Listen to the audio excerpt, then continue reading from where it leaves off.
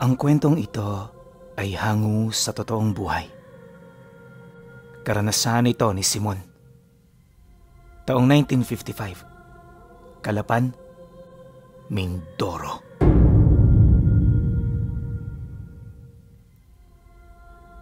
Matagal na panahon nang naninirahan sa bayan ng Calapan ang pamilya ni Simon. Halos humigit 6 na henerasyon na silang nakatira roon, kaya naman kilala na sila ng marami. At dahil sa kabilang sila sa mga naunang sumibol sa lugar, marami silang nasakop na mga lupain. Dahil dito, naging abala ang kanilang pamilya sa pagtatanim at sa pangingisda. Ayon sa kanya, na mula sa kalulololohan niya, napakasipag na talaga nila. Hindi sila ang tipo ng taong basta-basta nalang sumusuko, lalo na kung meron pa silang nakikitang paraan para umasenso. Kagaya rin ng marami, matagal na silang mangmang pagdating sa lihim na karunungan. Hindi naman sa wala silang abilidad na matuto. Ang gusto lang nila ay ang iwasan nito upang hindi sila madamay sa kahit na anong kaguluhan. Naniniwala kasi ang tatay niya, magdudulot ito ng matinding kaguluhan para sa kanila. Bagay na naging daan upang kumbinsihin ito ang kanyang mga kaanakan na kahit na anong mangyari ay wag na wag papasok sa ganoong larangan.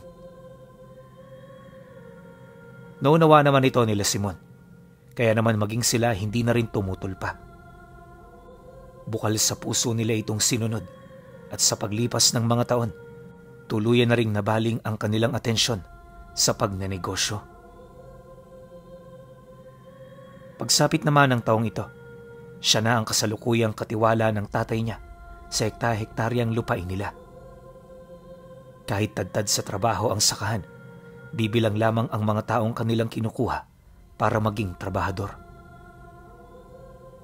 Di naman kasi sila maaaring kumuha ng marami, gawa ng maapektuhan nito ang kikitain nila buwan-buwan. At para sa kanila, mas mahalaga ang kita kaysa makatulong sa kapwa. Ganun palagi ang prioridad ng kanilang pamilya hanggang sa may mga nangyaring hindi inaasahan. Nga pala pinuno, panganay sa 6 na magkakapatid itong si Simon. Siya lang din ang kaisa-isang lalaki, kaya naman tungkulin niya na mamalakad sa negosyo nila sa sakahan. Ang namamahala naman noon ng bangkang pangisda ay yung kanyang ama at ang kapatid nito. 1 beses sa 3 araw kung umuwi ang grupo, kaya palagi siya ang naiiwang pansamantalang padre de pamilya. Hindi naman yun problema, lalo pat nakikinig naman sa kanya ang kanyang mga kapatid. Maliban din sa kanya, wala nang ibang ginagawa ang 5, kundi ang tumulong sa mga gawain. Ito ang palaging katuwang ng nanay niya, kaya kahit wala siyang katulong sa bukid, ayos lang. Ang mahalaga kasi, hindi nahihirapan ang kanyang mga kapatid. Ito rin palagi ang nagudyok sa kanya na magtrabaho ng magtrabaho dahil sa ganoong paraan, napapasaya niya ang mga ito. Ngunit isang hapon, habang naghahapunan silang lahat, may ipinagtapat ang sumunod niyang kapatid sa kanila.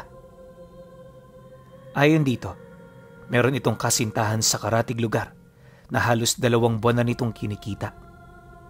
Kung susundin niya lang ang kanyang damdamin, nasisiguro niyang hindi ito malalaman ng kanyang pamilya, ngunit nahihiya rin siya dahil sa alam niyang panloloko ang kanyang ginagawa. Dagdag pa nito na, bibisita kinabukasan ng kanyang kasintahan para personal sa kanila na magpakilala. Itinaon din nila ito sa pag-uwi ng kanilang ama, nang sa gayoy hindi ito magalit sa kanila. Nang marinig naman ni Simon ang sinabi nito, bahagya siyang napatigil sa pagkain. Alam niya na nasa tamang edad na ang kanyang kapatid, ngunit hindi niya kayang maatim na magiging masaya ito sa piling ng ibang tao kumpara sa pamilya nilang kasama nito simula noong sila ay bata pa. Sigurado ka na ba dyan, Tess? Akala ko ba, meron ka pang mga pangarap? Bakit? Hindi ka ba kontento sa mga sakripisyo at pagmamahal na ibinibigay namin sa'yo? Kulang pa ba ang lahat? Sabihin mo nga. galit na wika niya. Dahil sa kanyang sinabi, agad naman itong nagpaliwanag. Lahat ng pangungumbinsi ginawa na nito hanggang sa magpagdugtong-dugtong na niya ang mga nais nitong mangyari sa buhay niya. At nang marinig naman ni Simon ang naging rason nito, hindi na rin siya umimik pa. Maging siya man kasi, aminado na naghahangad na rin ang kinakasama sa buhay. Pakiramdam din niya, hindi na sapat ang pagtatrabaho lang at paninilbihan sa kanilang pamilya. Ngunit kahit ganon, pilit siyang nagpipigil. Sa sandali kasing inuna niya ang kanyang sariling kagustuhan, ang pamilya lang din naman nila ang magdurusa. Kaya naman sa halip na kontrahin ang desisyon ng kanyang kapatid, palihim niya itong sinuportahan. At para hindi ito mapaisip at mamroblema, tumahimik na siya sa pagsasalita. Hinayaan na lamang niya ang nanay nila ang magpayo at gumabay sa kanyang kapatid. Pagkatapos ng kanilang mga napag-usapan, dali-dali na rin siyang natulog. Marami kasi silang ginawa noong umaga, kaya naman bugbog ang katawan niya. Kahit kasi nasa 26 anyos pa lang, naniniwala siyang meron ng limitasyon ang kanyang katawan. Kailangan niya itong pangalagaan upang sa kanyang pagtanda, hindi siya nito pahirapan. Kinabukasan ng magising siya, agad niyang inutusan ng mga trabahador nila na gumapas na lang muna ng mga damo sa gilid ng palayan. Marami kasi siya noong gagawin at kasabay narito ang paghihintay sa kasintahan ng kanyang kapatid. Ang kaso lang nang makausap niya ito, inilahad nito sa kanya na hapon pa yon darating. Dagdag pa nito na kagaya nila abala din yun sa buhay, kaya naman hapon na lamang ang nagsisilbi nitong pahinga. Nang marinig naman niya ang tungkol dito, hindi na siya nagsalita. Sa halip hinintay na lamang niya na makilala ang taong bumihag sa puso nito. Bandang 4:00 ng hapon, merong lalaking dumating. Makisig yun at matangkad, tapos meron itong kasamang mag-asawa na pinaniniwalaan naman nilang mga magulang ng lalaki. Pagpasok nito sa entrada ng bakuran ng bahay nila, agad niya itong sinalubong kasama ng tatay niya. Bahagya muna silang umupo sa mga bangko roon bago nila ito pahintulutang papasukin sa kanilang pamamahay. At para hindi na rin muna tumaas ang tensyon sa pagitan nila, nagsimula ang pag-uusap sa pagpapakilala. Lahat tinanong nila nang sa gayoy magawa nilang malaman kung mabibigyan ba nito ng magandang buhay ang kanyang kapatid. Subalit nang marinig ito ng ama ng kasintahan nito, napangiti lang naman yon habang sumasagot sa tatay niya ng, "Hindi man sa pagmamayabang sa iyo, Ginoo. Pero yung mga yaman na ipinagmamayabang ninyo, kakarampot na parte lamang yan kumpara sa yaman ng aming pamilya. Maswerte kayo dahil tipo ng anak ko ay ang anak ninyo." Nang marinig naman yon ng tatay niya, hindi ito gaanong nakumbinsi. Alam kasi nito ng mga taong mayayabang, siya pa yung walang maibubuga. Subalit sa pagpapatuloy ng kanilang pag-uusap, hindi nito tinanggi ang mga nauna nitong sinabi. At para naman maniwala sila, nagpakita ito ng mga dala nitong mga pulseras at kwintas na gawa sa purong ginto at mga diamante. Ayon sa ama ng lalaki, alay nila yon para sa babaeng napili nitong pakisamahan habang buhay. Dagdag pa nito na hindi sila sanay na merong tumatanggi sa mga gusto nilang mangyari, kaya naman pinayuhan sila nito na hanggat maaari suportahan na lamang ang dalawa. Matapos naman yung masilayan ng tatay niya, hindi na yun tumutol pa. Yung kinang kasi ng mga mamahaling bato na nakita nito, sapat na para mabulag ang kanyang paninindigan at mga pinaniniwalaan. Kagaya ng inaasahan, naging maayos at masaya ang pagpapakilala ng pamilya. Hindi naglaon, nagdesisyon na rin ng mga magulang nila na ituloy at suportahan na lamang ang lahat ng namamagitan sa kanila. 1 buwan lang din ang lumipas nang magdalang tao na ang kanyang kapatid Nagdesisyon na ang kanilang pamilya na ipagkaisang dibdib na ang dalawa. Ngunit hindi sa pari o anumang simbahan naganap ang selebrasyon. Ayaw kasi ito ng pamilya ng lalaki, gawa ng taliwas ito sa kanilang paniniwala. Dagdag pa nito na meron silang paraan sa pagkakasal, kaya sila na ang bahalang mag-organisa ng lahat. Inako na rin ito ang mga gastusin upang mapanatag na rin ang kanilang pamilya. Nang marinig naman yon nila Simon, sumang-ayon sila. Kahit sino naman siguro susunod sa desisyon nito, lalo pat nangako ito na sila na ang bahala. Ilang araw pagkatapos ng kanilang pag-uusap, dinala sila ng pamilya ng lalaki sa isang liblib na lugar malapit sa pusod ng gubat. Mula sa bayan patungo roon, sementado na ang kalsada, kaya naman hindi sila gaanong nababahala. At pagdating nila noon sa looban ng gubat, bumungad sa kanila ang isang malaking liwasan na may matataas at malapad na bubong. Konkreto rin ang pundasyon nito, tapos sa loob ng liwasang yon, nadatna nila ang mga taong abalang-abala sa pag-aayos ng pagdarausan ng kasal. Napakasaya ng lahat, kaya naman ang kanilang pamilya, hindi na rin nag-isip pa na may mangyayaring hindi nila inaasahan. Pagkaraan ng ilang araw na paghahanda, nabuo ang isang engradang lugar na pagdarausan ng kasal. Marami ang pumunta at halos umabot din sa humigit 20 inahinang kinatay. Hindi pa roon kasama ang mga baka at iba pang mga hayop, kaya kahit gaano karami ang kanilang bisita, hindi nagkulang ang kanilang pagkain. Sobrang saya talaga ng araw na yon, hanggang sa unti-unti nang sumapit ang gabi. Ayon sa kanya, pagtungtong pa lang ng dapit hapon, may mga napansin na siyang mga taong animoy dumidistansya sa kanila. Pasimple itong nakikipag-usap sa mga kasamahan nito, indikasyon na meron itong binabalak. Nang mapansin naman niyo ni Simon, agad niya itong ipinagbigay alam sa kanyang ama, kaya naman bago mangyari ang sigalot, handa na sila. 2 oras bago sumapit ang 8:00 ng gabi, sa pagpapatuloy ng kasiyahan sa lugar, dito na sumiklab ang hindi inaasahang kaguluhan. Nagsimula ito nang may magwala sa entablado na siya namang sinunda ng iba pang mga tao. Hindi rin nila mawari kung saan ito nagmula, ngunit anuman ang nangyari sa mga ito, paniguradong hindi ito normal.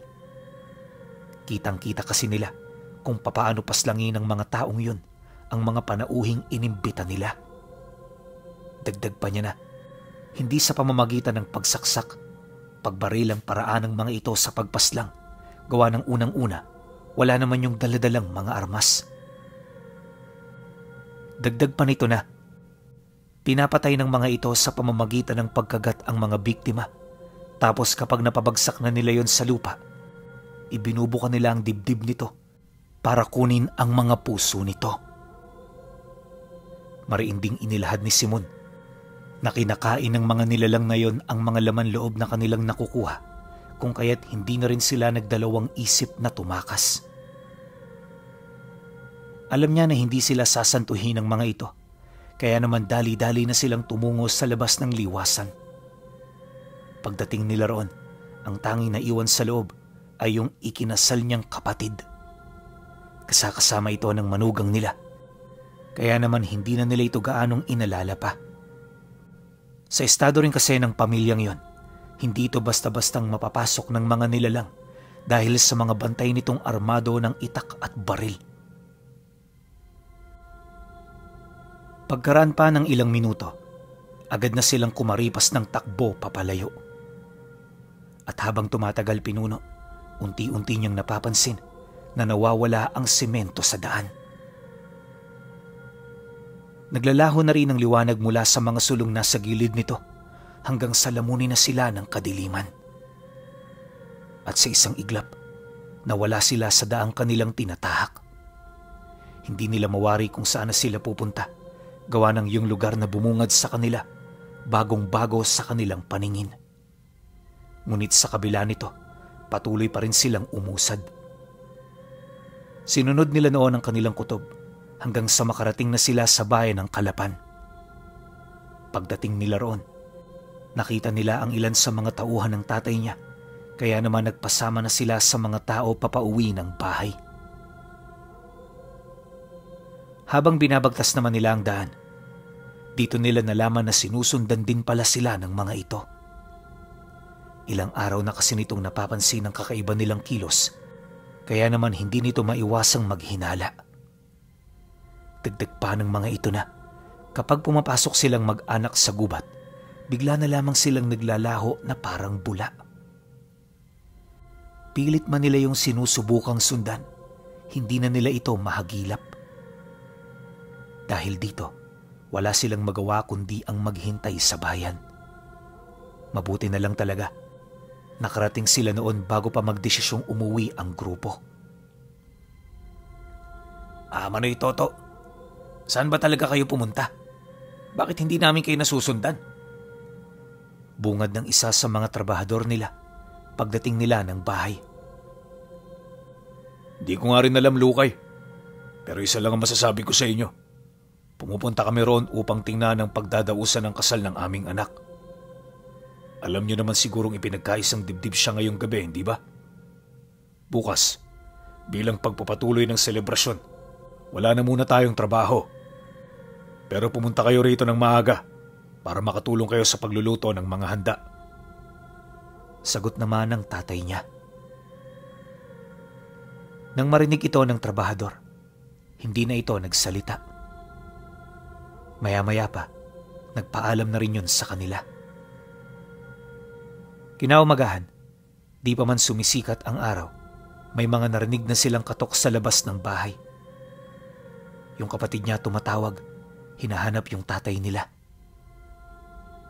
Nang marinig naman nila ang tinig nito, hindi na sila nagdalawang isip na buksan ang pinto. Pagsilay nila sa labas ng bahay, tumambad ito kasama ng asawa niya.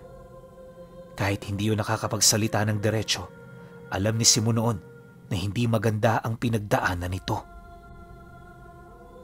Upang magkaroon naman sila ng formal na pag-uusap, pinapasok na muna nila ang dalawa sa loob. Pagdating nila sa sala, mahinahon nila itong tinanong ukol sa mga nangyari noong nagdaang gabi. Ang asawa nito ang pinagtuunan nila noon ng atensyon sa paniniwalang ito ang makakasagot ng lahat ng katanungan sa kanilang mga isipan. Maya-maya pa, nang mapansin naman ito ang mensaheng ipinapaabot nila, di pa rin nila ito mapilit na magsalita hanggang sa binigyan na ito ng permiso ng kanyang kapatid. Ipinangako rin ito na mauunawaan sila ng kanyang pamilya, gawa ng mula pagkabata, kilala na niya ang pag-uugali ng bawat isa. Nang marinig naman ito ng lalaki, napabuntong hininga naman yon ng malalim habang naghahanap ng pagkakataon para mailahad sa kanila ang mga bagay na kinakailangan nilang malaman. Hindi naglaon nang makakuha na ito ng lakas ng loob. Dito na ito matapang na nagwika ng, "Alam kong meron na kayong napansin kagabi. Uunahan ko na kayo. Totoong mga nakita ninyo. Pasensya na kung itinago namin ang aking pamilya ang tungkol sa aming pagkatao. Mga engkantados kami na may katawan ng tao. Gayunpaman hindi kami mga salbahe, mga mababait kaming mga nilalang katulad ninyo. Bago kami nagkalapit ng inyong anak, ipinagtapat ko sa kanya ang totoo kong pagkatao. Nagustuhan ko siya hindi dahil sa panlabas niyang anyo, bagkus ay dahil sa kakayahan niyang makaunawa ng tulad kong hindi maabot ng pananaw ng tao. Yan ang rason kung bakit nagkaisa kaming dalawa." Dagdag pa nito na, maging sila man ay hindi nila inaasahan ang nangyari kagabi. Ang buong akala kasi ng pamilya, bantay sarado ang lahat ng daraanan patungo sa lugar ng kasalan, pero sa hindi malamang dahilan, merong mga nakatagos na nilalang. At ang lahat ng nilalang na nakita nila kagabi, purong mga aswang na walang ibang hangad, kundi makuha ang sanggol na nasa loob ng sinapupunan ng kanyang kapatid. Mariin din itong inilahad. Marami sa kanilang mga kalahi ang napaslang, kaya naman hindi nila ito mapapalagpas. Pumunta ako rito, Ama, para ilahad sa inyo ang aking mga plano. Pansamantala, hanggat hindi pa maayos sa aming lugar, dito ko muna patitirahin ang anak ninyo. Huwag kayong mag-alala, malaki ang ibabayad ko para hindi kayo mahirapan sa mga araw na wala kayong trabaho. Uwi ka nito sa kanila matapos makapagkwento. Hindi mo kami kailangang bayaran. Anak ko ang pinag-uusapan natin. Kaya responsibilidad ko sila. Sige na, gawin mo na ang iyong mga gagawin. Basta kung may kailangan kayo, huwag kayong magdadalawang isip na lumapit sa amin. Pagkasambit naman ito ng mga kataga, bahagyang napasilay sa kanya ang lalaki habang itinatanong sa tatay niya kung pwede ba siya nitong isama. Ayon dito, kailangan nila ng tulong sa mga sandaling yon, lalo pat abala ang bawat isa sa kanila. Dagdag pa nito na, wala namang ibang gagawin itong si Simon kundi ang magmasid sa pugad ng kanilang mga kalaban. Tao lang kasi ang pwede nilang mautusan sa ganoong bagay. Gawa ng madaling matunugan ng mga aswang ang kanilang mga presensya. Dahil sa sinabi nito, wala naman siyang nagawa kundi ang sumang-ayon. Nakakabahala man, matapang niya itong kinaharap alang-alang sa kanyang kapatid. Sa isip-isip ni Simon, madali lang naman ang ipinapagawa kaya hindi niya kailangang mag-alala ng husto para sa kaligtasan niya. Dagdag pa niya na malaki rin ang maitutulong nito sa kanyang kapatid kaya bilang panganay, responsibilidad din niyang tumulong sa mga taong naghahangad ng mabuti para sa kanyang pamilya. Matapos naman niyang makapagdesisyon, agad naman silang umalis ng tahanan. Wala siya noong gaanong bitbit, maliban na lamang sa tabak at punyal na ibinigay ng tatay niya. Ayon sa kanya, normal lang ang tabak at punyal na hawak niya, pero pagdating nila sa bahay ng kanyang manugang, bigla nitong hinaram ang kanyang armas upang ilublob sa isang espesyal na langis. Isang buong araw yun doong nakababad at pagbalik nito sa kanya, napansin niya na parang nag-iba ang kulay nito. Bumigat din ng bahagya ang gamit pero pinili niyang huwag itong pagtuunan ng pansin. Sa loob ng isang araw niyang pananatili sa tahanan nito, napansin niya na kakaiba sa lahat ang bahay na yon. Kahit luma, may mga parte nito na bumabakat talaga ang ugat ng ginto. Hindi niya mawari kung saan ito nagmumula, pero ayon sa asawa ng kapatid niya, galing yon sa sapa. Ang mga gintong nakikita niya, nagbibigay ng pundasyon sa kanilang tahanan, gayon din ang sabulag para mapagtakpan ng tunay nilang pagkatao. At kahit naninirahan sila sa baryo kung saan naroon ang mga ordinaryong tao, nasisiguro ng mga ito na walang kapasidad ang mga taong yon na may makitang kakaiba sa kanila kung hindi nila pahihintulutan. Dahil sa sinabi nito, minabuti naman niyang sumang-ayon. Pagpatak naman ng hapon, dumating ang mga kadugo nito galing sa malayo. Hindi niya mawari kung saan nagmula ang mga taong yon, pero sa estado ng pananamit ng mga ito, alam niya na hindi ito tubo sa mga lugar na alam niya o napuntahan man. Nakapagtataka man ang itsura ng mga taong yon, di niya ito gaanong pinagtuunan ng pansin. Paglalarawan ni Simon sa mga ito, parang sa mga katutubo ang kasuotan nito, ngunit meron yung mga armas na nagpapakawala ng kakaibang liwanag. Kulay asul din ang kanilang mga mata, tapos sa dulo ng kanilang mga buhok, merong nakataling berdeng balahibo ng ibon. Lahat din ng mga dumating na mandirigma, merong mahahabang buhok, kaya mula sa malayo, akalain mong iisa lang ang persona ng mga ito. Dagdag pa niya na, wala rin yung makabagong kagamitan at ang lahat ng dala nila, pawang mga gamit pandigma ng mga sinaunang tao.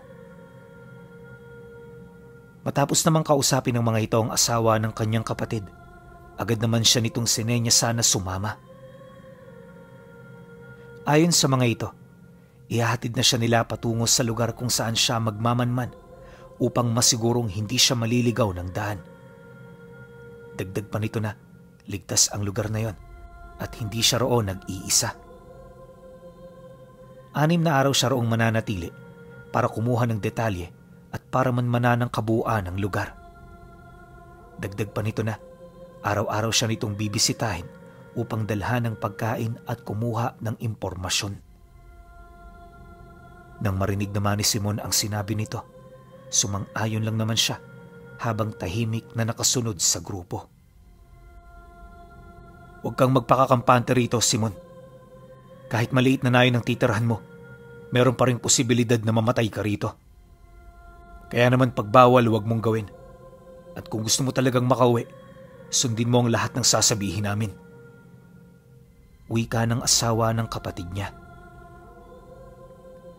Nang marinig naman niya ang sinabi nito, tumango lang naman siya. Hindi niya mawari pero sa mga sandaling ito parang wala siyang ganang makipag-usap. Marami kasi siyang mga iniisip, kaya naman hindi niya na sinayang ang kanyang lakas sa pagtatanong. Ilang oras ang lumipas. Nang marating na nila ang nayon, dito bumungad sa kanya ang 8 bahay na nakatirik malapit sa bawat isa. Ilang kilometro din ang layo rito, may napansin siyang isang malaking baryo na halos palayan lang ang namamagitan sa kanila. Ayon sa kanyang mga kasama, yon ang baryong pinagpupugaran ng mga aswang na pumatay sa kanilang lahi. Kapag gabi, rumoronda ang mga ito sa lugar, kaya hindi sila roon basta-bastang nakakalapit. Wala ring nakakapasok dito na dayo dahil sa lahat ng nakakarating doon, hindi na nakakalabas pa. Matapos naman yung mailahad ng mga engkantados, inabisuhan siya nito na ligtas naman ang palayan kapag umaga. Ang kaso lang hindi siya roon maaaring magtagal dahil kapag inabutan siya ng tanghali, paniguradong may makikita na siyang mga aswang na maglilibot. Gayunpaman, sa kabila ng konting oras na ilalagay niya rito, malaki na ang maitutulong nito. Dagdag pa ng mga ito na meron naman siyang kasama sa lugar, kaya naman ito na lamang ang tanungin niya kung meron pa siyang mga karagdagang katanungan sa kanyang isip.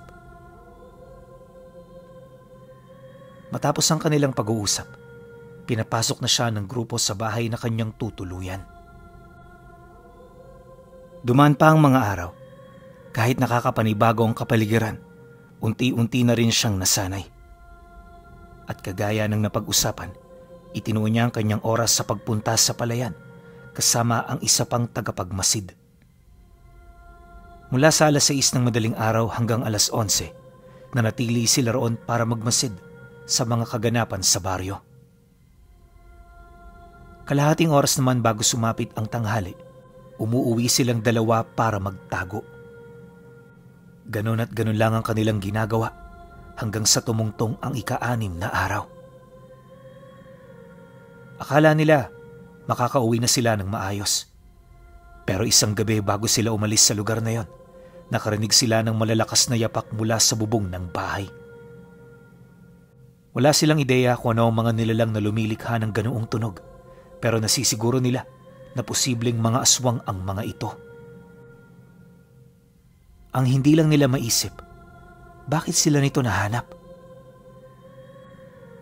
Maya-maya pa, sa sobrang tindi ng mga pangyayari sa labas, naramdaman na nila ang pag-uga ng pundasyon ng bahay.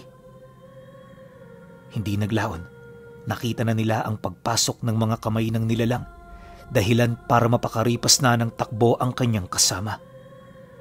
Ngunit bago pa man ito marating ang pinto, nagawa na itong maundaya ng aswang na nagtatago sa isang madilim na sulok. Tagos sa kabila ng tadyang ang matatalas nitong kuko, kaya nang masipat naman yun ni Simon, hindi na siya nagdalawang isip na sirain ang papag ng bahay. Pagkalikha niya ng sapat na butas, dali-dali siyang pumailalim sabay takbo ng mabilis papalayo. Subalit di pa man siya nakakalabas ng bakuran, nasipat na siya ng mga aswang na nasa itaas ng bahay. Pag-atungal naman ng mga ito, buong puwersa siya nitong sinugod hanggang sa mapansin na lamang niya na nakabuntot na ang mga ito sa kanya.